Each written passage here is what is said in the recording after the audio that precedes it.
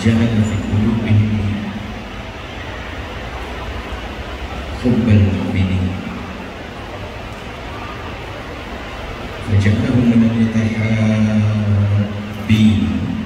في الله ومن المتجالسين في الله ومن المتزاورين في الله ومن المتبادلين في الله وصلاة الله وسلامه على الرؤوف الرحيم المبعوث رحمة للعالمين حبيبنا سيدنا محمد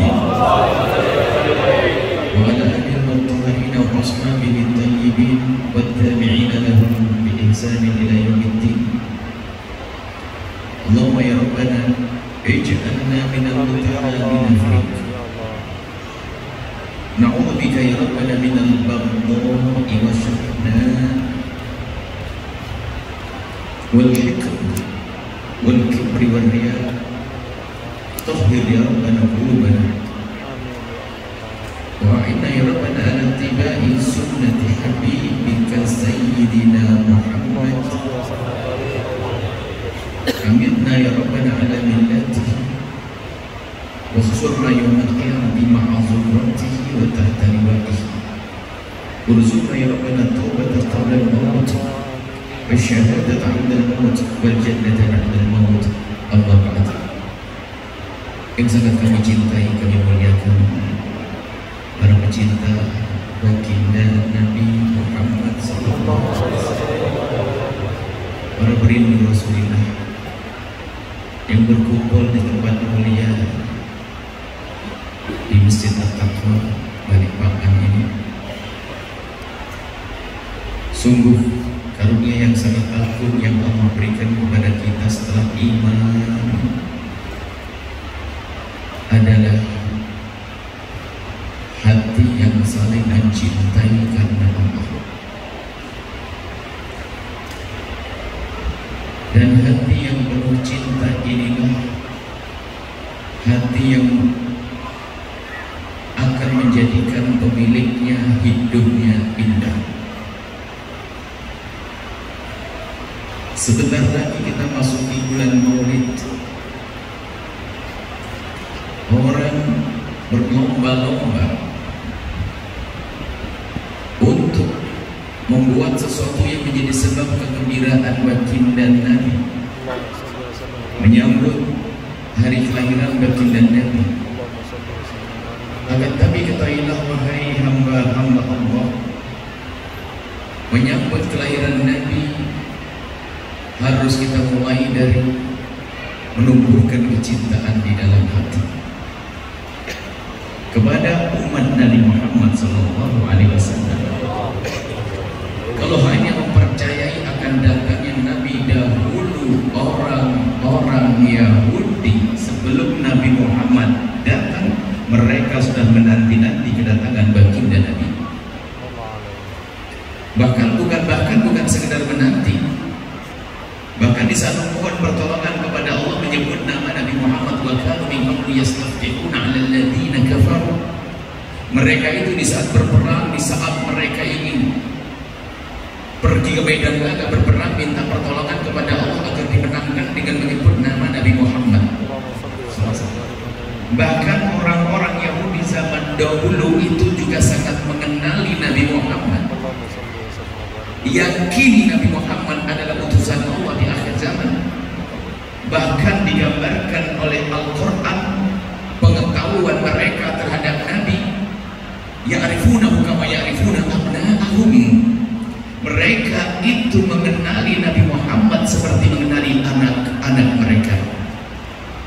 Seorang ayah dan ibu yang mengenali anaknya adalah mengenali dengan sesungguhnya di mana tai lalatnya, di mana dan di mana bentuk semua tubuhnya. Tidak akan mungkin sama. Tidak pernah ada kisah seorang ibu pergi ke pasar lalu pulang ketukar anaknya dengan anaknya orang lain, karena sangat mengenali anaknya. Dan itulah orang-orang Yahudi pada zaman itu. Maulid Nabi tiba, apa yang terjadi? Maulid Nabi tiba, yang terjadi adalah ternyata mereka tidak bisa menerima Nabi Muhammad. Permasalahannya apa? Mereka tidak mengurusi hati mereka. Mereka tidak mengurusi hati, ada kesombongan di dalam hatinya. Mereka hanya mempercayai Nabi yang zaman akan datang, tapi tidak memupuk kecintaan. Makanya percaya kepada Nabi Muhammad sebagai Nabi. Kalau tidak kita menyuburkan kecintaan kepada Nabi Muhammad, tidak ada artinya.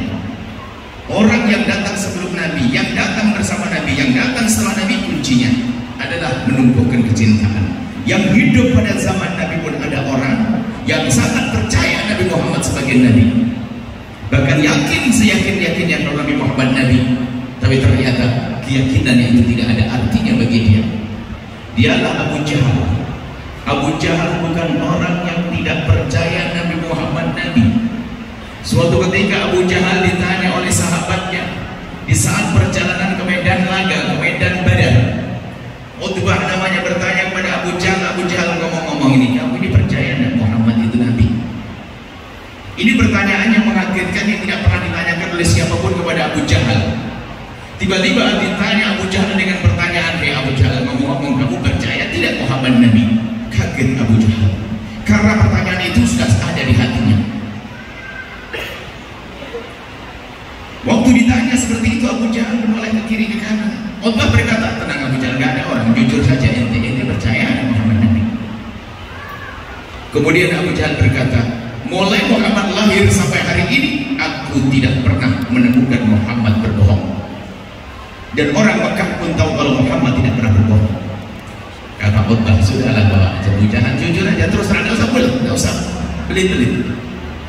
Ente percaya ada Muhammad Nabi?" Setengah malu-malu Abu Jahal berkata, "Karena memang Muhammad tidak pernah berbohong. Kemudian waktu Muhammad mengaku jadi Nabi, ya sebetulnya aku sih percaya, dia nggak pernah bohong, nggak ada alasan aku lahir." Lalu Utbah bertanya, "Jadi kamu percaya Muhammad Nabi?" "Iya percaya, dia tidak pernah berbohong." "Lalu kenapa kamu tidak menerima Muhammad sebagai Nabi? Kenapa justru kamu musuhin Nabi?" "Ini nggak urusan beda. Ini urusannya lain. Di Mekah ini orang besar, orang yang dikagumi, orang yang dibangga-banggakan, yang dibesarkan ya aku. Kehormatan kota Mekah adalah aku yang punya. Kemuliaan kota Mekah aku yang punya. Kalau sampai nanti Muhammad muncul, ini bisa pindah, orang-orang tidak mengagumi saya lagi."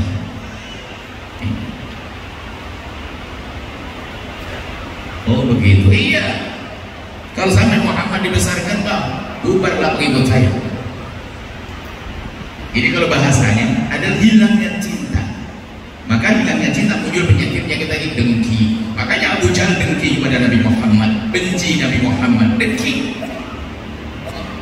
Makanya kalau orang bicara oleh Nabi, tadi katanya kita bahas tentang menyambut kelahiran Nabi Muhammad, kita harus menatah hati dong.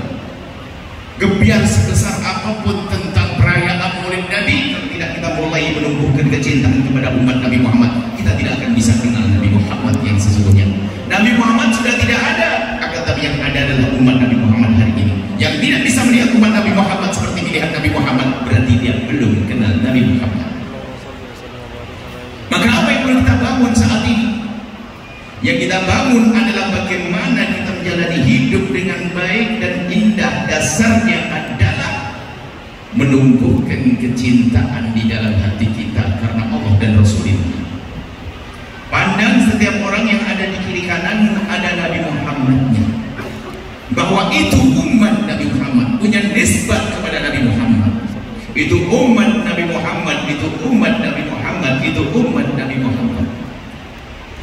Kesadaran penuh di dalam hati kita bahwasanya itu umat Nabi Muhammad, kemudian kita mengaku atau memang kita mencintai Nabi Muhammad, mustahil kita akan berbuat zalim kepadanya. Maka dari itu mari kita menyambut gebiar perayaan Maulid Nabi. Sebentar lagi bulan Maulid akan tiba. Jangan sampai kita hanya pergi ke sana maulidan, pergi ke sini maulidan, pergi ke situ maulidan. Maulidan yang sesungguhnya adalah ini: jaga umat Nabi Muhammad, cintai umat Nabi Muhammad, muliakan umat Nabi Muhammad. Jangan sampai kita menyuburkan kedengkian di antara kita, kebencian di antara kita. Itu yang harus kita hadirkan dalam hidup ini. Nah, menumbuhkan makna kecintaan ini penting sekali. Hidup ini harus indah. Urusan kepada Allah sederhana, sangat sedikit. Mudah sholat 5 waktu. Mau nambah sholat sunnah, suka-suka. Haji kalau punya duit. Puasa kalau mampu kuat. Zakat kalau kaya.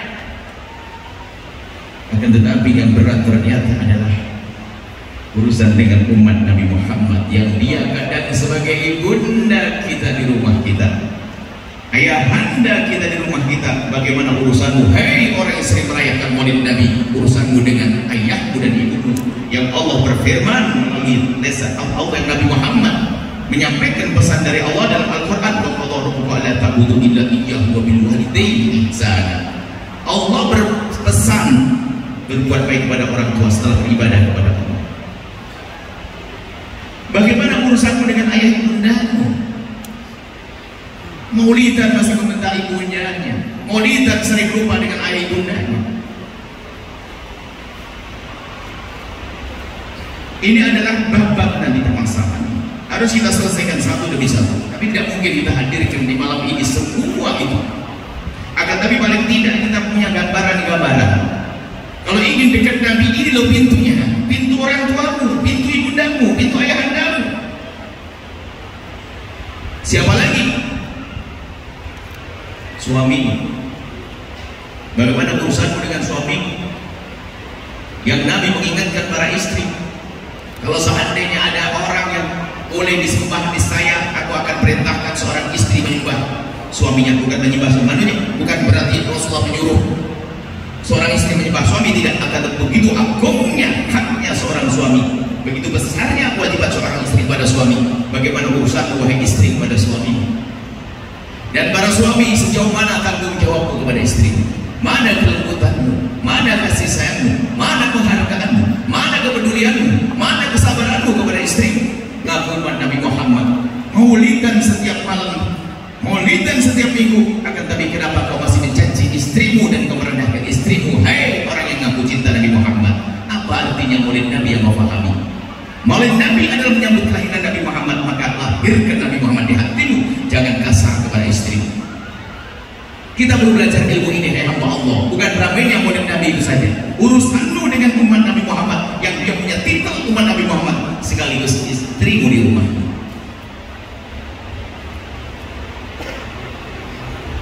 Saudaramu, bagaimana urusan dengan saudaramu, hei hamba Allah? Mengadakan perayaan maulid Nabi, menghabiskan duit jutaan, ratusan juta, bahkan mungkin kebiar, mungkin paling ramai di Balikpapan. Akan tapi ternyata tidak sadar kalau dia berebut waris belum beres-beres. Mau kemana? Bahkan kadang sering haji dan umroh, mau kemana? Itulah orang masuk neraka lewat Mekah. Pahami ya Allah. Urusan keluarga saudara, kenapa masih rebut menangis? Itu yang kau rebut waris yang menjadi istri itu siapa? Itu umat Nabi Muhammad, anak ibumu, anak ayahmu. Kenapa kau rebut warisnya? La yadkhulul jannata qati', tidak akan masuk surga orang putus tali persaudaraan. Rebut waris telah melakukan 3 dosa besar semuanya. Yang pertama adalah durhaka pada orang tua, yang kedua mengambil hak saudaranya, yang ketiga mutus tali persaudaraan. 1 dosa saja cukup masuk neraka terdalam, apalagi diborong 3 dosa. Anda tidak usah lihat orang lain, lihat diri Anda. Jangan-jangan itu adalah Anda. Kita hari ini ingin berbenah, tapi menyambut Nabi, agar dia aku Nabi, agar di saat kita menyebut nama Nabi Muhammad, memang aku adalah pengikut sejati. Bukan action, jangan dijual Nabi Muhammad. Nabi Muhammad itu mahal. Oh, maulid Nabi. Kalau sudah nama Nabi Muhammad pasti senang orang. Nabi Muhammad yang mahal. Tapi kita sering jual Nabi kayaknya maulid Nabi, maulid Nabi, maulid Nabi. Tapi kita tidak kenal Nabi Muhammad. Menjual Nabi Muhammad. Urusan dengan pembantu di rumahmu. Urusan dengan pembantu di rumahmu. Kita harus ngacak satu demi satu. Dia bukan budak. Jangan sombong. Nabi Muhammad dengan Sayyidina Anas itu berkata, demi Allah semoga aku berkhidmat. Beliau menjadi dihibahkan oleh ibundanya untuk menjadi pembantu bagi Nabi Muhammad, berkhidmat kepada Nabi Muhammad di saat umurnya masih 8-9 tahun. Bagaimana kelembutan yang dirasakan oleh Sayyidina Anas dari Nabi Muhammad SAW. Bagaimana engkau wahai ibu yang salehah, wahai big boss, dengan pembantu di rumahmu. Ibu bayangkan saja deh, calon menantu ibu tuh ada 2 calon menantu. Ibu punya anak laki ganteng, soleh, punya 2 calon menantu yang kaya, cantik, pinter. Yang pertama itu kalau memanggil pembantunya, ibu mohon maaf loh, bisa dibuatin kopi, yang minta maaf lagi sih. Enggak neng, setelah dibuatin kopi, makasih bu ya mbak, makasih bu ya. Itu adalah calon menantu anda yang pertama. Yang kedua, mbak bikin kopi cepet ya, jangan marah ya. Anda pilih yang mana, ibu yang salehah? Yang pertama, yang kedua? Yang pertama. Urusanmu dengan pembantu. Ini saya kasih gambaran dulu. Nanti solusinya setelah ini. Kami akan lacak pembantu di rumah kita, dia buat muda, jangan direndahkan dia. Pembantu bisa saja melampaui kebaikan daripada bosnya, daripada tuannya. Apalagi tuan yang soleh, apalagi bos yang soleh, yang rajin puasa, rajin tahajud, subhanallah. Ternyata pembantunya juga ikut puasa dan ikut tahajud. Hebat kan pembantunya. Tapi kalau banding-bandingan mana lebih hebat, mana mungkin bosnya bisa kalahkan pembantunya. Coba saja renungi ya Allah. Bosnya sahur, bosnya buka, bosnya tahajud. Di saat sahur yang menyiapkan sahurnya adalah pembantu. Di saat tahajud yang menyucikan sajadah dan bajunya adalah pembantu. Di saat buka yang menyiapkan pembantu, ketahuilah pembantu yang menyiapkan bos, dan bosnya tidak pernah menyiapkan sedikit pun untuk pembantunya. Mana mungkin bisa melampaui pembantu? Masih mau sombong dengan pembantu? Hai orang kaya. Kita belum belajar serius. Nggak berlaku sombong. Sombong itu menjadikan kita runtuh. Iblis itu runtuh karena kesombongannya. Abu Jahal runtuh karena sombong dengan Nabi Muhammad. Abu Jahal runtuh. Iblis runtuh karena sombong kepada mbah kita Nabi Adam. Karena sombongnya karena apa Iblis? Karena dia merasa baik. Coba kisah kesombongan hamba Allah yang namanya Iblis. Iblis itu adalah iblis. Cuman iblis itu rajin ibadah. Tahajud, ibaratnya kalau ibu-ibu, bapak-bapak zaman ini tahajudan oke, umrah oke, pokoknya masuk ibadahnya banyak.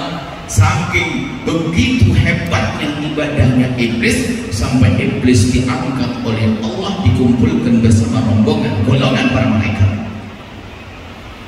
Iblis bersama malaikat, sehingga iblis ini sudah kayak malaikat, tapi bukan dari golongan malaikat. Hingga pada waktu yang sudah ditentukan oleh Allah,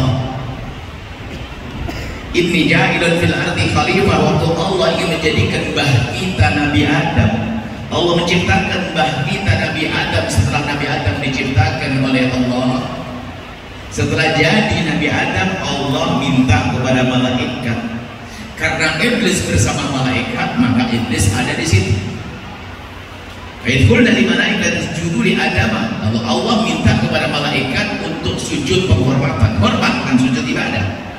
Di saat Allah minta kepada malaikat agar sujud kepada Adam, sujud penghormatan, fasajadu, maka semua malaikat sujud illa iblis, illa iblisa.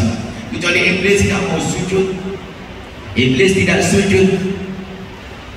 Agak wastakbaron. Kenapa nggak mau sujud untuk iblis? Sombong dia.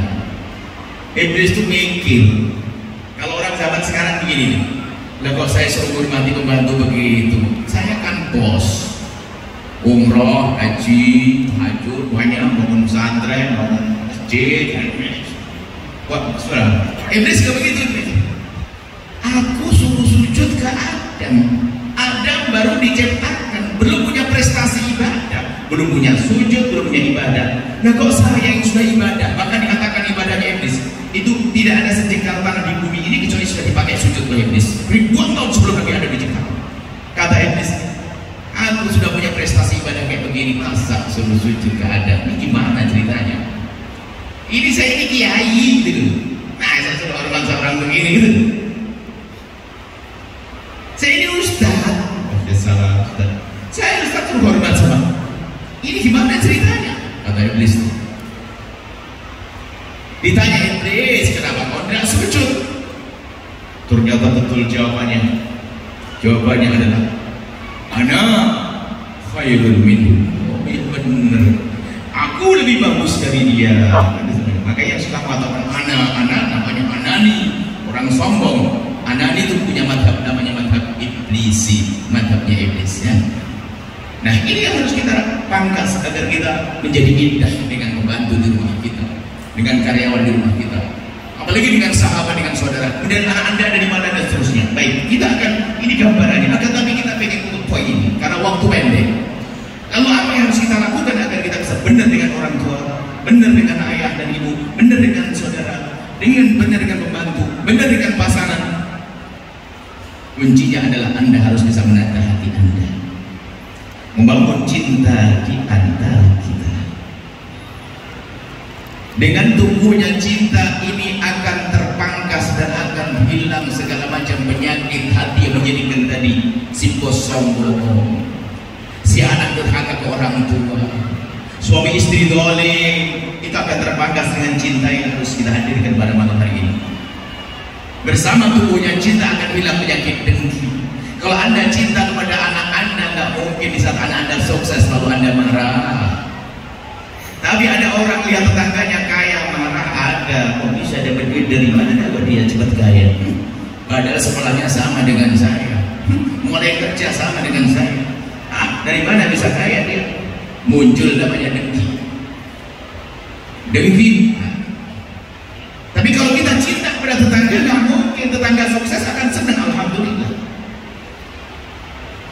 Kalau sudah ada dengki kan begitu, ngedengki pada tetangganya. Ada banyak gitu. Karena hilangnya cinta. Seorang ibu yang lagi menyusui anaknya digigit, dia sakit itu. Nggak ada dendam, kurang ajar kok, nggak ada gitu. Karena cinta. Ada sampai berdarah, kadang saya ingat seorang ibu begitu sabarnya saat menyusui anaknya digigit sampai berdarah. Tapi nggak ada dendam sama anak, kenapa? Ada cinta. Begitu juga jika hidup kita ada cinta, jika ada kesalahan-kesalahan dari kawan kita kepada kita, begitu mudah kita tutup pun itu kawanku. Tapi dasar hati busuk, kurang ajar aku tuntut nanti di akhirat. Pendendam dan pendengki hidupnya capek, hidupnya susah. Di dunia sengsara sebelum sengsara di akhirat. Kenapa itu semua terjadi? Karena tidak tumbuh cinta di dalam hati. Berarti kita harus membuat cinta di malam ini. Tak sama, syarat pertemuan kita adalah seperti syarat perpisahan. Kalau kita bertemu pertama malam hari ini, harusnya kita bangun adalah tadi cinta. Antara ini perkumpulan semacam ini yang akan menjadikan sebab abadi hingga kelak di surga adalah jika kita membangun perkumpulan ini karena cinta. Artinya harus kita pastikan bahwa tidak ada benci di antara kita, tidak ada dendam di antara kita, dan insya Allah itu sudah ada. Kalau anda punya dendam dengan kami, nggak akan anda datang, yakin saya. Kalau anda benci dengan saya, tidak akan datang, yakin saya. Insya Allah anda sudah aman dalam ini. Tidak ada benci di antara kita. Yang ada cinta, cuma yang perlu adalah bagaimana menjaga cinta. Menumbuhkan cinta, lihat ada dendam, benci, jangan dipelihara itu dendam. Ributnya hidup, susahnya hidup karena tidak tertata hati. Bagaimana bisa menjalankan syariat Nabi? Nggak bisa. Bahkan di saat orang mengangkat pedang, Nabi Muhammad mengangkat pedang, Sayyidina Khalid bin Walid mengangkat pedang, Sayyidina Salahuddin Al-Ayyubi mengangkat pedang, tapi dengan cinta. Doanya setiap malam adalah semoga peperangan tidak jadi terjadi, semoga mereka tobat semua sehingga tidak jadi perang. Bukan karena dengan kebencian kalau umat Islam berperang. Jadi kalau kita ingin amar ma'ruf nahi munkar pun dengan cinta. Nah ini yang kita hadirkan, bangun cinta. Kalau kita melihat orang bermaksiat dari umat Nabi Muhammad, berbeda pandangannya Abu Jahal dan pandangan Nabi Muhammad.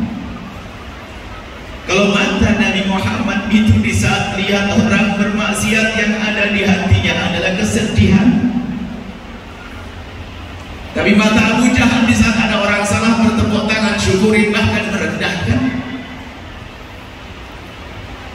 Maka di saat kita merendahkan, maka hilang cinta. Kalau ada cinta di saat ada orang bermaksiat, kita akan sedih. Ada dendam, ada benci. Bayangin saja benci, dendam. Makanya ini mana nanti di pungkasan pertemuan ini kita ikat hati kita agar kita menjadi saling mencintai. Kita bawa benih cinta ini pulang ke rumah, lalu kita berikan kepada anak-anak kita berikan kepada suami kita berikan kepada bantu kita, sehingga hidup kita indah di dunia seperti di surga sebelum masuk surga. Kuncinya cinta, dan itu ilmu yang dilupakan. Itulah ilmu dikatakan Imam Ghazali, fardu ain di atas atas fardu ain. Fardu ain di atas fardu ain, wajibnya wajib menata hati. Anda bayangin orang dengki ya, orang dendam. Orang dendam tuh lihat, biarpun katanya senang hadir pengajian, ada seorang ibu-ibu rupanya pendendam dia, atau pendengki. Bapak-bapak misalnya hadir pengajian, dia mendengar bahasanya malam itu adalah malam ini adalah malam kedatangan seorang yang saya cintai, guru saya misalnya begitu. Akhirnya seorang ibu begitu datang telat dia, karena telat nggak ada tempat, bingung dia kalau berdiri capek, duduk akhirnya duduk yang enak. Toleh kiri, toleh kanan, nggak ada tempat, rupanya ada tempat yang paling depan. Tapi bukan ibu, ini contoh saja ya. Akhirnya itu ibu duduk paling depan. Ibu tadi tuh duduk paling depan. Alhamdulillah ada tempat enak banget paling depan, bisa melihat ustaznya langsung. Oh, betul duduk di paling depan. Khusus melihat ustaznya. Baru 5 menit dengar ustaz yang ngomong, sadar yang di samping kanannya orang yang didendamnya. Lalu baru sadar, ngapain dia duduk di sini? Sama saya. Nah, aneh sekali, padahal tetangganya tadi yang mencubit dia. Aneh orang dendam, aneh orang benci.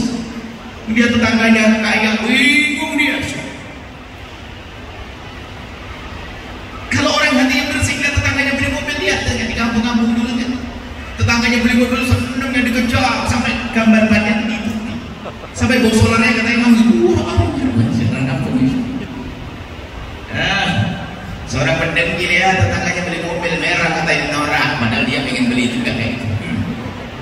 Minyak wanginya wangi, tapi bikin pusing katanya. Kaya raya, Allah tahu dia pejabat, langsung apa? Dasar pejabat zaman sekarang mana ada yang jujur? Ada yang juga korupsi. Nah, padahal nggak tahu, hanya hasut saja. Nggak ada bukti korupsi, cuman dia ya hati kotor, hati dengki. Katanya tetangga sebelahnya juga kaya juga dia, cuman dia bukan pejabat, bingung dia. Kalau pejabat kalau langsung dituduh korupsi, sebelahnya kaya bukan pejabat. Tahu enggak? Kaya raya.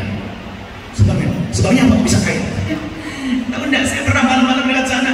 Tak tahu apa? Dia punya tuyul. Ya, pernah dengar tuyul? Jadi tuyul cerita zaman dulu itu sebenarnya ceritanya orang dengki mau mencemarkan nama tetangganya. Ingat pernah cerita tuyul zaman dulu? Sekarang adalah nyuri ATM, ada tuyulnya ini. Subhanallah, artinya apa?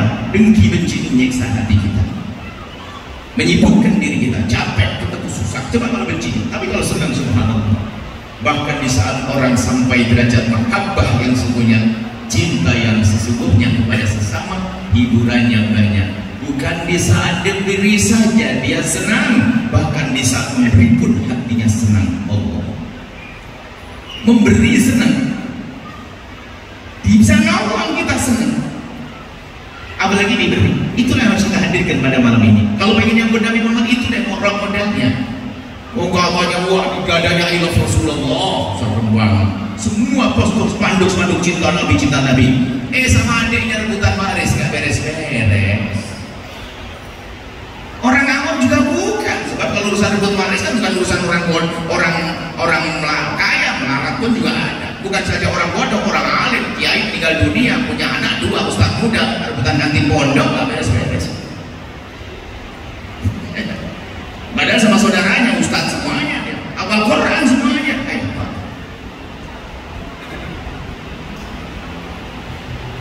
Itu yang kita pelajari, yang harus kita hadirkan itu ilmu ini. Ilmu bagaimana menata hati, bagaimana saya senang di saat saudaraku beli mobil, saat bangun rumah, kan enak hiburannya. Yang beli mobil tetangga, yang keluar duit tetangga, yang senang kita. Oh, ini orang hebat. Subhanallah. Baik, itulah kalau kita ingin melahirkan Nabi Muhammad dalam diri kita. Jadikan hati Anda pantas lahir Nabi Muhammad di hati Anda. Jangan hanya ngomong cinta Nabi, hatinya belum disiapkan. Lahirkan Nabi dalam diri Anda, persiapkan hati Anda. Bersihkan hati Anda dari kebencian dengan umat Nabi Muhammad, maka perayaan Maulid Nabi Muhammad adalah sesungguhnya.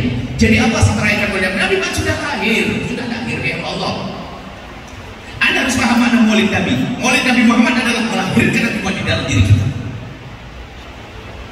Nabi Muhammad sudah lahir, syariat sudah ada. Tapi apa ini maksud Maulid Nabi? Maulid Nabi adalah aku yang melahirkan Nabi Muhammad dalam perilakuku, Maulid Muhammad dalam hatiku. Maka persiapkan hatimu, hati yang bersih. Malam ini yang kita mulai. Bismillah. Bagaimana agar kita punya cinta pada umat Nabi Muhammad SAW? Mulailah Anda dengan sering memberikan kebaikan dengan umat Nabi Muhammad. Pastikan menumbuhkan kecintaan. Lalu bagaimana cara menumbuhkan kecintaan? Ada beberapa hal yang harus Anda lakukan. Nanti Nabi Muhammad akan lahir pada diri Anda, akan ada di hati Anda. Yang pertama, memberi kebaikan yang paling gampang. Pastikan Anda sering mendoakan dengan doa kebaikan untuk umat Nabi Muhammad. Langsung to the point, khususnya orang-orang yang bermasalah dengan Anda. Tuh mantan suamimu, doain yang baik. Mantan suami itu yang dolim banget tuh. Mantan istri yang Masya Allah. Saudara yang memilih hak Anda, termasuk yang lainnya, siapapun, biasakan kita mendoakan. Hari ini harus kita angkat topik ini. Kebalikannya, jangan biasa mengutuk orang, jangan biasa menjelek-jelekan orang. Hari ini di media sosial biasa caci maki, olah-olah dan sebagainya. Itu bukan madhab Anda. Itu madhabnya Abu Jahal. Madhab kita adalah madhab mendoakan yang baik. Pastikan kalau Anda pulang dengan membawa madhab ini, Anda akan hebat. Gak ada perlunya, biarpun dia layak dicaci, tidak ada caci pun gak ada masalah. Fir'aun, Abu Jahal, Namrud itu layak dicaci. Tapi kalau sepanjang hidup kita tidak mencaci mereka, tidak salah kita. Apalagi umat Nabi Muhammad. Apalagi umat Nabi Muhammad, kenapa kita masih mencaci? Kalau kita melihat dia bermaksiat, Masya Allah, apa yang ada di hati Anda? Itu loh, hati Nabi itu memandang orang dengan pandangan kasih sayang. Mungkin habis pengajian begini nih, lihat. Habis pengajian lalu keluar, berada di alun-alun atau di terminal, di mana lihat hamba-hamba yang diuji oleh Allah dengan kehinaan. Seorang wanita menjual diri memakai baju seronok, baju pendek, setelah ada mobil melambaikan, maksudnya dia mengajak berzina. Coba apa yang ada di hati Anda yang tadi nangis di majelis?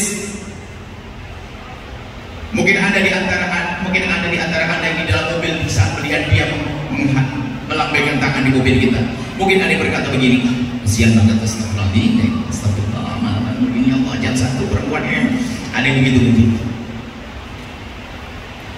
Siapa di antara kita di saat melihat wanita semacam itu, atau mendengar berita tentang perzinahan, atau berita tentang maksiatan seorang hamba, siapa di antara kita yang melihat seperti itu, kemudian menitikkan air mata, kemudian dia menunduk sesaat, kemudian dia menengadahkan tangan dan mohon, ya Allah, itu umat kekasihmu Nabi Muhammad, ampuni dia, tutup aibnya ya Allah, jangan biarkan dia terus seperti itu ya Allah, ampuni dia. Ya Allah, siapa yang seperti itu?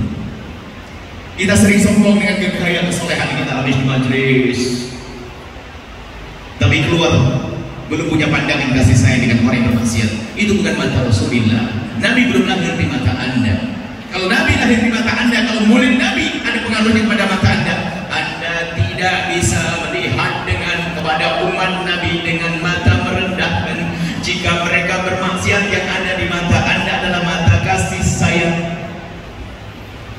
Sedih, Anda tidak rela, kemudian Anda akan tumbangi dengan panjatan doa tadi.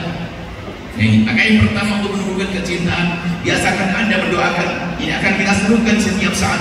Bahkan kita ingin sampaikan pada tahun damai.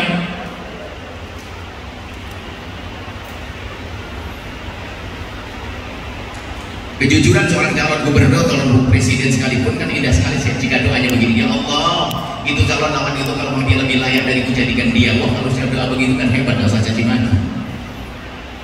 Kalau memang karena Allah kan tidak ada masalah, yang penting siapa saja memimpin negeri ini, yang penting aman ya Allah. Saya mencalonkan jadi gubernur, saya ingin jadi bupati, ya. Saya menyalonkan jadi presiden.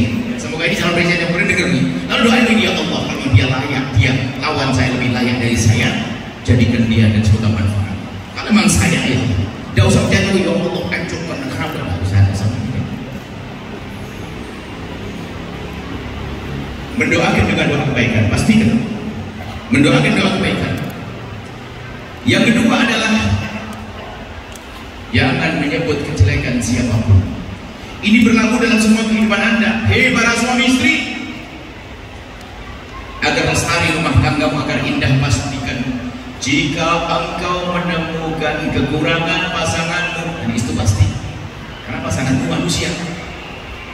Biarpun sudah mandi beberapa jam kemudian juga jadi bau kecut, kan begitu? Karena istrimu adalah bukan robot. Kalau robot gak akan kecut karena tidak berkeringat. Tapi kalau istrimu manusia, suamimu manusia, biarpun sudah mandi tetap akan berubah. Dan pasti pasangan punya kekurangan, namanya manusia, kecuali pasangan malaikat. Dan tidak ada yang punya istri malaikat, punya mbak dan punya pasangan malaikat, ya. Maka siapapun hai para suami dan istri, dengar, pastikan jika engkau menemukan kekurangan pada pasanganmu, pastikan kau tidak akan menyebut kekurangan di matanya dan di mata manusia sepanjang hidupmu sampai kau mati. Sampai mati jangan disebut. Karena semua pasangan manusia mesti ada kekurangan, makanya kebiasaan menyebut kekurangan pasangan adalah kebusukan dalam dirinya. Kalau seorang suami mengatakan, hei istriku, kenapa hidupmu begitu? Langsung dibalas oleh istri spontan, abang kenapa bibirnya begitu? Balas. Terus caci maki nggak ada ujungnya. Kenapa? Biasa mencaci dan mengolok. Pastikan hidupmu tidak ada caci maki. Untuk menumbuhkan cinta. Ini dua saja kalau Anda pegangin dalam hidup ini beres. Termasuk pesan yang kami sampaikan tahun ini adalah pesan politik. Hei tim sukses, barangkali Anda hadir di tempat ini. Tim sukses siapa itu? Kalau Anda jujur karena Allah, kalau ikhlas-ikhlasan kayaknya susah ikhlas. Nggak dikasih jabatan mesti marah paling tim sukses ini. Oke lah, Anda ada ikhlas-ikhlasan dulu, tapi yang bener deh. Kalau Anda jujur, wahai para tim sukses, begini caranya. Cukup sanjung bosmu sepuas hatimu sesuai dengan pengetahuanmu. Sampai di situ. Jangan caci bos sebelah. Itu saja. Jika semuanya punya prinsip begini, beres. Nggak usah nyari-nyari kesalahan kekurangan pasangan lain. Cukup kau sanjung bosmu, jangan caci bos yang lain. Cukup kau sanjung calonmu, jangan caci calon yang lain. Jika semuanya tim sukses, semuanya pakai prinsip ini kan enak. Ayo, bisa minum teh bersama. Cuma saya tidak tahu berapa banyak tim sukses yang dengar omongan saya. Dan itu yang kami inginkan, dan kami berharap semua ustaz menyampaikan pesan ini. Cukup sanjung bosmu, gak usah mencaci yang lain. Karena cacian mengundang cacian. Cacian mengundang cacian akan menjadikan sebab hilangnya cinta. Baik, kembali kepada mana kecintaan. Untuk menumbuhkan cinta yang pertama adalah bagaimana kita sering mendoakan. Gampang yang doakan, gampang diucap, susah diamalkan. Gampang, coba saja bayangin Bu, Pak, Ibu, ada orang pinjam uang kepada Ibu. Di hari yang sudah ditentukan dia akan bayar, nggak bayar. Sudah begitu nggak ucapin minta maaf, giliran Anda telepon direject, di WA nggak dibacakan, di TikTok nggak ada balasan. Setelah itu Anda coba datang ke rumahnya, pada uang sangat Anda butuhkan untuk bayar kontrakan segala macam atau melunasi umroh, pokoknya sudah begitu dicari di rumahnya, katanya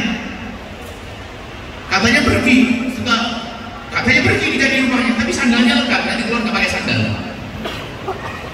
Curiga dia, coba ke belakang, pelan-pelan ke belakang. Di belakang rumah lagi ngitung duit. Waktu ngitung duit karena lihat Anda kakek itu, ngapain kamu sini? Dibentak lagi Anda, pergi sana. Oleh begitu kelihatan kalungnya, bayangkan, masya Allah. Langsung masuk ke dalam rumah, tutup rumahnya. Anda dibiarkan. Lalu Anda pulang, apakah bisa Anda doain, ya Allah, semoga suaminya tambah cinta, ya Allah, semoga suaminya tambah soleh, ya Allah, semoga rezekinya tambah banyak, ya Allah. Lalu di saat praktek susah ya, tadi ngomong apa, doain. Ada 3 model manusia Anda harus paham. Kata di hadapan Nabi, ya Rasulullah, jika ada orang berbuat jahat kepadaku, bagaimana kalau aku balas dengan kejahatan? Kata Nabi, kalau kau balas dengan kejahatan, kamu sama seperti dia. Lalu bagaimana kalau orang berbuat baik, bagaimana? Apakah kamu balas dengan kebaikan? Kalau itu mah biasa, orang baik kau balas dengan kebaikan. Untuk menjadi orang istimewa, untuk menjadi orang istimewa. Jika ada orang jahat kepadamu, kau balas dengan kebaikan. Ini baru. Ilmu ini nggak pernah dipakai. Anda dicaci langsung ada balas. Awas, orang ajar orang itu menfitnah aku, mencaci aku, menolak aku. Awas ya, nanti malam sholat barokah. Ya Allah, itu temanku kurang ajar, teman kalian kurang ajar, menfitnahku. Ya Allah, aku mohon ya Allah, ampuni dia ya Allah, panjangkan umurnya ya Allah, lapangkan rezekinya ya Allah. Kalau seandainya budaya doa ini kita hadirkan, maka hidup ini akan indah. Permasalahan budaya kita budaya caci maki, karena kita diajari oleh YouTube caci maki. Lihat ustaz dengan ustaz caci maki, Allah-Allahan, mau ngapain itu ya ustaz? Ustaz ikut caci maki. Tidak menyuburkan hati, tidak membuka hati caci maki. Nabi tidak mengajari caci maki. Al-muslim laysa bisyattam. Nah, seorang mukmin, kata Nabi, seorang muslim bukan kerjanya caci maki, Allah-Allahan, tapi doa-doa kebaikan. Insyaallah bisa malam ini ingin menyambut melahirkan Nabi di hati kita adalah menumbuhkan cinta di antara sesama. Maka dahulukan siapa? Laisal wasilu bil mukafi. Kata baginda Nabi, laisal wasilu bil mukafi, bukanlah menyambung silaturahmi yang sejati adalah orang yang membalas kebaikan orang lain, bukan?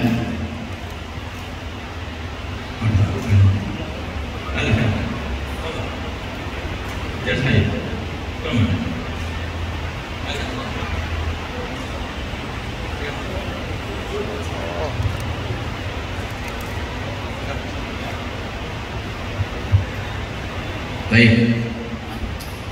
Kata baginda Nabi apa?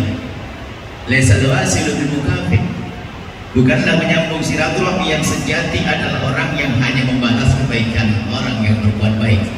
Walakinnal wasil, akan tapi penyambung silaturahmi yang sejati adalah man idza quti'at rahimuhu wa salaha. Jika ada orang dijahati, malah dia menyambung dengan kebaikan. Anda di mana dengan hadis ini? Kenapa Anda suburkan dendam itu? Tidak ada perlunya. Sudahlah, mungkin setelah ini kita pulang ke rumah kita mencari untuk praktek ilmu kita cari di rumah kita orang-orang yang kurang ajar,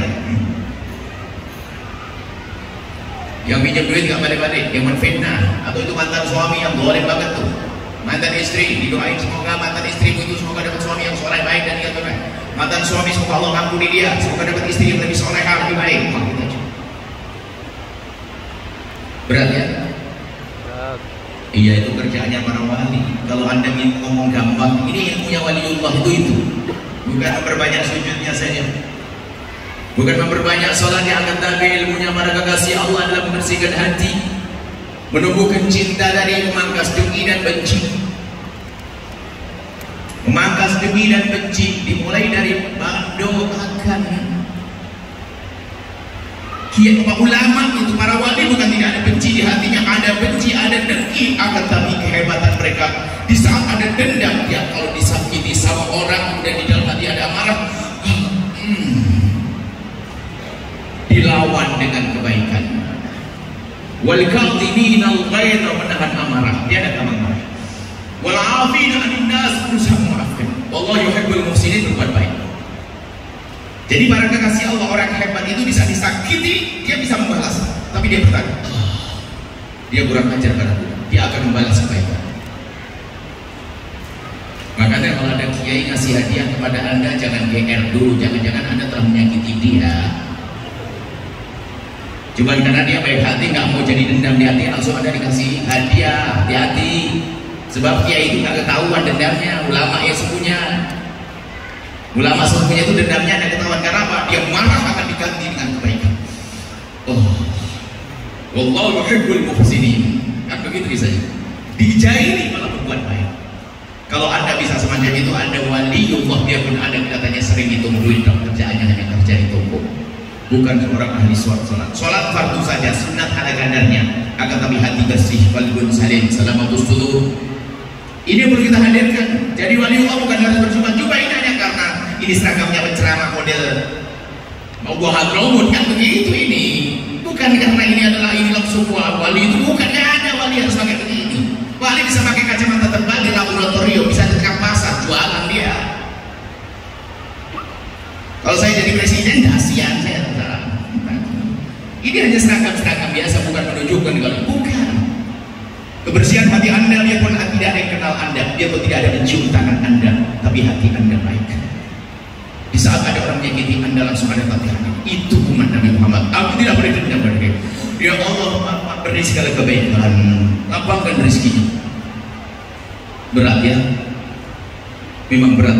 Kami sering menyebut ini adalah operasi berat. Operasi paling berat di operasi ini. Kalau orang dipaksa untuk sholat 20 rakaat beres, ibu sholat 20 rakaat jangan khawatir. Setiap 2 rakaat 100.000 beres. Beres. Cuma berapa kan gitu ya? Bisa dipaksa, tapi dia mendoakan orang ini luar biasa. Bisa doa dengan lesanya, hatinya belum terima ya. Maka dari itu malam ini kita malam damai dengan saudara kita. Kalau Anda amalkan ilmu ini Anda akan indah dengan siapapun yang bersama Anda. Jangan biasa dendam, hai hamba Allah. Jangan biasa dengki, maka tumbuhkan cinta dengan cara mendoakan sebanyak-banyaknya. Doa kebaikan. Berat ya berat. Itu operasi berat. Karena operasi berat, maka kalau ada ibu yang pernah sesar, ada yang pernah sesar, operasi sesar angkat tangan. Itu duitnya jadi pahala, anaknya soleh insyaallah. Yang nggak sesar juga sama baik semuanya. Melahirkan setengah mati ya. Ibu tuh hebat. Sudah tahu lahirkan tuh beratnya kayak begitu, tapi hamil lagi, hamil lagi. Nah, hebat, masya Allah, luar biasa. Ngerti masa itu jihad. Makanya bapak-bapak harus sayang. Coba bapak hamil 3 bulan saja nyungsep tuh. Nggak sayang sama istri Anda ini, nggak hidup otak Anda. Saya bayangin saya hamil 9 bulan luar konger saya. Ya kemana-mana mau perut sendiri. Tapi masya Allah, istri Anda rela membawa anak Anda kemana-mana. Maka jangan kasarin ya, disayang sama istri. Kapan tampak omongan dia bu indah tuh, paham dengar bu ya, nggak usah gitu ada diam aja saya ngomong. Ibu-ibu kadang-kadang kalau sudah ada angin begitu dikit kata bu ya, kamu paham, udah enak. Biasa aja, itu urusan saya, bapak-bapak urusan saya. Baik. Dan seperti itu, mendoakan itu penting sekali. Mendoakan. Nah, operasi sesar nggak mungkin operasi tanpa ada obat bius, kan begitu. Malam ini saya kasih obat bius. Kalau Anda sudah telan di obat bius, maka setelah itu Anda akan mendoakan siapapun. Doakan adik yang rebut waris. Doakan orang yang Anda akan bisa, tapi telan dulu obat biusnya. Pastikan tolong yang seharusnya kedip. Anda kelewatan, Anda bisa minum obat bius, bahaya ini. Ya susah. Jadi ustaz mendengki, ustaz sama ustaz lain dengki. Ustaz sama penjual. Dengkinya ustaz boleh, ustaz boleh ya dengki ustaz. Lah kasar ulama. Kalau ustaz sama ustaz kasut, ustaz boleh. Lebih serem daripada pedagang. Kalau pedagang ribut itu besaran besok beres. Kalau ustaz wah sampai masuk neraka. Wah, maksudnya ustaz macam-macam. Sudah dikasih tanda berhenti dari tadi. Pegang ini biar kagak gitu. Baik, obat biusnya sederhana, insyaallah Anda amalkan. Tolong wahai Allah, nabiullah. Obat bius dari resep baginda Nabi. Anda kalau obat bius Anda akan bisa mendoakan setelah itu. Begitu mudah doakan, tidak ada caci di mulut Anda. Saya juga belajar tidak mencaci biarpun kadang masih saja kerucut ngomong jelek. Padahal sudah berlatih, apalagi tidak berlatih. Saya itu sudah berusaha untuk ngomong tidak ngomong jelek, masih ada jelek. Ada yang punya jangan ngomong begitu deh. Ya Allah, astagfirullahaladzim.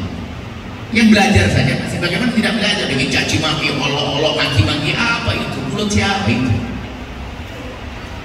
Lihat resep Nabi, ma min abdin muslimin yaqulu li akhihi muslimi ala dhahril ghaibi ila qala al malaku wa laka bimithlih. Obat biusnya adalah Nabi bersabda dalam hadis Muslim riwayat Abi Darda dari Muslim. Dari Abi Darda, hadis sahih. Barang siapa, coba dengar, Nabi yang ngomong. Bayangkan Nabi yang Anda akan muridkan sebentar lagi. Yang ini Anda lahirkan di hati Anda. Jika ada seseorang mendoakan orang lain, bukan doakan anaknya sendiri, dirinya sendiri, anaknya, orang lain, yang orang itu tidak ada di hadapannya, Anda di rumah, dia di rumah. Dan sebagian menafsiri orang lain yang lagi berselisih dengan Anda, jauh secara fisik atau secara makna. Jauh fisik, jauh tempatnya, jauh makna, lagi bermusuhan. Jika ada seseorang mendoakan orang lain yang orang itu tidak ada di hadapannya, lagi bermusuhan dengan dia mendoakan dengan doa kebaikan, maka malaikat mendoakan duluan.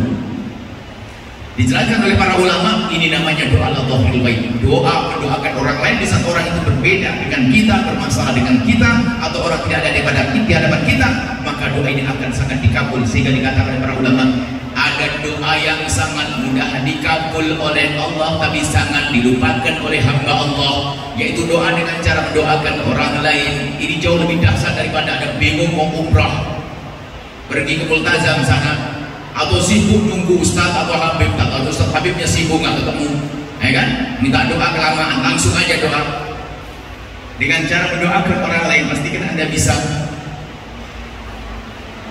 Anda punya hajat berat, langsung cari siapa, kurang ajar sama-sama dia. Awas nanti bangun. Ya Allah, semoga rezekinya banyak. Allah tahu kalau kamu punya rezeki. Doakan segala kebaikan untuk dia, maka Allah akan beri Anda. Nabi yang bersabda, dan ini dilakukan oleh para kekasih Allah. Jadi kalau para kekasih Allah, para ulama itu kalau punya hajat berat, itu nyari orang-orang yang bermasalah dengan dia. Setelah itu diancam dengan doa, ya Allah, dia telah zalim kepadaku, ampuni dia ya Allah, berikan segala kebaikan, lapangkan rezekinya, jaga anak keturunannya. Malaikat mendoakan, kamu akan dijaga anakmu, kau akan diberi rezeki. Sudahlah, jangan bingung-bingung cara mendoakan jati, dengan cara mendoakan orang bermasalah dengan Anda. Pastikan Nabi yang bersabda, semua orang yang ingin dikabul doanya, macam-macam cara berdoa agar dikabul. Ini cara yang paling pintas, paling cepat disebut oleh Nabi Muhammad. Doa al-dhahirul ghaib, mendoakan orang di saat orang bermasalah dengan kita atau orang itu tidak ada di hadapan kita. Dan kami belajar, saat kami hajat, pondok punya hajat begini, kadang ngomong dengan keluarganya, aduh, ada ganggu orang tak? Jadi ganggu, cari yang ganggu lumayan, ada ganggu ini untuk modalkan kepada Allah. Kalau ada ganggu jadi bingung ya. Ini aman-aman aja nih, kalau ada ganggu, ada orang hasud, ada orang ini. Nanti ya Allah, lapangkan rezekinya ya Allah, dia ya Allah, berikan dia. Tapi jangan dijadikan orang bikin benci pada Anda juga, jangan. Maksudnya untuk memohon kepada Allah, Anda cari modal orang-orang yang Anda lagi gak senang dengan dia. Toko Anda kecil, toko tetangga Anda gede lumayan, Anda mulai ngiri, apa tokonya gede dia. Ada parkirnya sampai ke bawangan rumah saya lagi. Ya Allah, semoga rezekinya tambah banyak, Anda akan dapat dulu. Baik, obat bius sudah diminum. Kira-kira Anda pulang ke rumah nanti ambil kertas, bisa tidak? Ambil kertas, pastikan Anda harus ambil kertas. Kalau tidak mau kertas, handphone Anda bikin satu catatan, catatan orang-orang baik yang harus aku doakan, padahal dia orang-orang kurang ajar. Dan setiap Anda mengenal, ada bacanya. Hadirkan makna ya Allah. Anda hancurkan kebencian Anda hancurkan diri Anda dengan Anda doakan dia. Ya Allah, ya Allah. Kalau Anda terus tiap hari lihat, Anda akan menjadi biasa. Itulah para kekasih Allah. Waliullah berjalan di atas bumi, biarpun tidak ada mencium tangannya. Oke, sudah jelas. Obat bius yang sudah kami berikan, tolong nanti diamalkan. Cuman biasanya kalau habis operasi itu harus ada sisa ada obat anti nyerinya. Sekarang saya obat anti nyeri. Anda pandang semua yang ada di kiri kanan Anda, bahwasanya di situ ada Nabi Muhammadnya. Mereka adalah umat Nabi Muhammad sallallahu alaihi wasallam. Apakah Anda tega mendoakan dia sungguh sengsara? Itu umat Nabi Muhammad, dan Anda gambarkan ini obat anti nyerinya. Biar Anda tidak ragu lagi mendoakan orang lain. Hei calon gubernur, hei calon presiden, hei calon bupati, hei calon RT, hei calon pengurus masjid. Kadang pengurus masjid juga berantem loh ya, hati-hati. Hei, betul. Jangan berantem, ini makanya doain, ini mendoakan. Hadirkan, bayangkan nanti di padang mahsyar kita akan dibangkitkan. Tiba-tiba ada yang menyeru, Allah Jalla Jalaluhu yang menyeru, Ainal mutahabuna bi jalali. Mana orang yang hidup di dunia dengan cinta karena aku, yang kerjaannya memangkas kebencian, memangkas tinggi. Mana orang hidup di dunia yang amalkan ilmu ini? Mana orang yang hidup di dunia membangun cinta, menghilangkan benci? Mana? Dipanggil oleh Allah. Dan tidak ada yang bisa mendengar kecuali memang orang yang di dunia mujahadah, berusaha untuk menumbuhkan cinta. Anda akan mendengar semuanya, semua itu. Setelah Anda mendengar, bayangkan diri Anda. Saya bayangkan diri saya sendiri. Setelah Anda mendengar, Anda berkumpul tiba-tiba. Orang yang mutahabuna bi jalalillah, itu bi jalali, orang yang saling mencintai setelah berkumpul diseru agar meluncur ke surga, yang katanya pada mahsyar bagi orang kafir, orang munafik, puluhan orang munafik puluhan ribu tahun, tapi bagi orang yang hidup dengan cinta di dunia ini, ternyata pada mahsyar dilewati hanya pelaksanaan kilat membeda dhuhri wal asri, seperti antara zuhur dengan asar, diperintahkan meluncur ke surga. Uslah, saya bayangin dendam saya di dunia. Dan ada orang begini, kalau ada orang lagi marah, demi Allah aku tidak rela, aku tuntut nanti di akhirat. Anda pernah dengar begitu? Banyak. Oh, serem, batal jadi mantu. Mantu kayak begitu, serem, batal jadi mertua. Nah, coba bayangin ya anak muda, mertua Anda berdendam begitu, mantu Anda berdendam begitu, itu watak jelek, batalin deh. Kan sudah besok minggu depan pernikahan. Lah, biar mau minggu depan, dia mendendam, ngapain dibiara? Ada orang mendendam, naudzubillah. Nah, ibaratnya kalau ada orang berbuat zalim pada Anda, nanti ada keadilan dan yang maha adil. Sampai ayam jago yang zalim pada jago yang lain diizinkan bangkit untuk menuntut, dan kita pun diizinkan Allah untuk menuntut. Saya bayangin nanti pada mahsyar, ada orang berbuat zalim pada saya, lalu diizinkan dia, ya itu orang zalim, kau tuntut dia, tuntut. Kami nuntut, fulan kau dulu nyaci saya, kau ngolok saya, kau ngambil harta saya, diizinkan. Dan memang keadilan harus ditegakkan. Setelah saya nuntut, saya noleh, selesai. Rombongan-rombongan orang yang saling mencintai karena Allah sudah nggak ada, sudah masuk surga. Saya ngejar sudah nggak nyampe. Daripada saya ketinggalan, mending mumpung di dunia ini dengar semuanya. Yang berbuat salah kepada saya, urusan pribadi saya maafkan. Yang lalu dan yang akan datang saya akan nyimpan sudahlah. Dan hakikat saya sampaikan. Yang membuat saya mencaci saya, menfitnah saya, menggunjing saya, mengambil hak saya, pokoknya saya maafkan, sudah selesai. Daripada saya ketinggalan di padang mahsyar nanti. Ibu mau ketinggalan di padang mahsyar? Bapak mau ketinggalan? Yakin? Nanti orang yang mendendam Anda itu, orang yang berbuat zalim, Anda doakan dengan doa kebaikan. Gak usah dituntut di akhirat, gak usah jadikan pahala di dunia ini. Adapun jika harta kita diambil saudara, diambil siapapun, kita nuntut di mahkamah, itu sah, tapi tidak dengan dendam. Hak saya akan saya ambil. Kalau dapat alhamdulillah, kalaupun tidak, gak usah pakai dendam. Tetap mendoakan, ya Allah, itu adikku mengambil hakku, ya Allah, akan saya tuntut di mahkamah, tapi ya Allah, aku tetap ampuni dia, jangan sampai dia masuk neraka, ya Allah.